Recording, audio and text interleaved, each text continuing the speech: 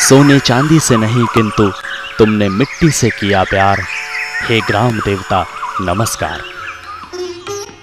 राष्ट्र कवि मैथिली शरण गुप्त की ये पंक्तियां इस देश के किसानों को समर्पित थीं। गांवों में रहने वाले किसानों को उन्होंने ग्राम देवता की उपाधि दी। देश की तमाम औद्योगिक प्रगति के बावजूद कृषि आज भी देश की अर्थव्यवस्था की रीढ़ है और कृषि का आधार है गांव का किसान। ये किसान ही है जो गर्मी की तपिश, जाड़ों की ठिठुरन और बारिश की परवाह किए बिना अन्न उपजाता है। राष्ट्र कवि के ग्राम देवता का यही जीवन चक्र है। आइए देखते हैं इस ग्राम देवता के जीवन के ताने बाने को। ये हैं 60 साल के राम सिंह, गांव अब्बास नगर, जिला रामपुर, उत्तर प्रदेश।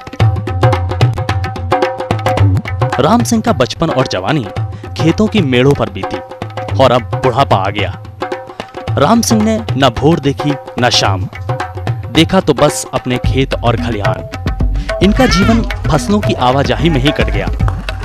तो ईश्वर की पूजा करना नित्य के कार्यों में शामिल है। फिर जलपान करके अपने बैलों के साथ कंधे पर हल लेकर खेतों की ओर चल पड़ते हैं राम सिंह।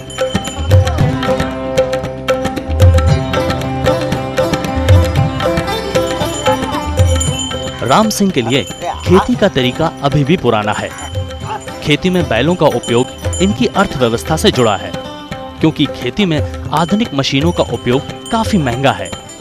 इसलिए चाहकर भी राम सिंह को परंपरागत खेती पर ही निर्भर रहना पड़ता है।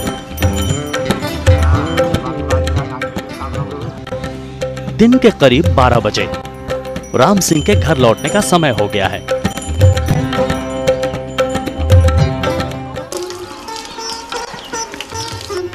माटी के इस सेवक की जिंदगी में कठिनाइयां और भी हैं, जहां इन कठिनाइयों को हल करने के लिए सरकार और उसकी योजनाएं बौनी साबित होती हैं। लेकिन अपने इस ग्राम देवता के लिए तो बस इतना ही काफी है।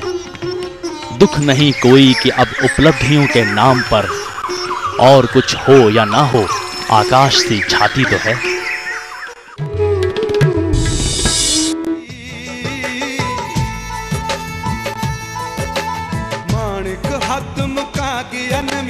कलियां दी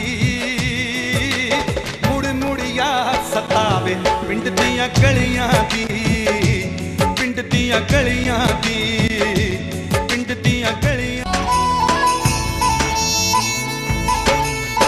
जे गुरदास नू तू मर जाना कहंदी ना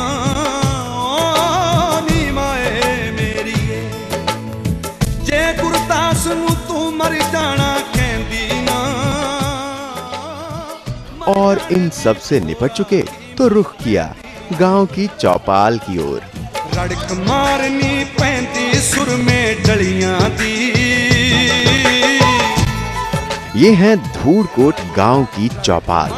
इस गांव की चौपाल में गांव का हर किसान शामिल होता है। यहाँ खेत खलियान से लेकर हास परिहास मुजाहिरा होता है।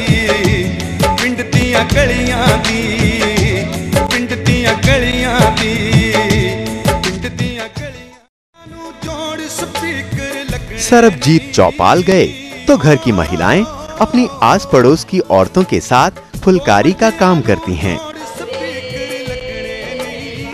चरखा चलता है और साथ में चलता है हंसी मजाक।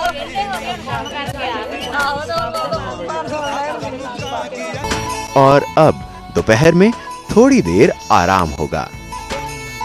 जय गुरदास नू तू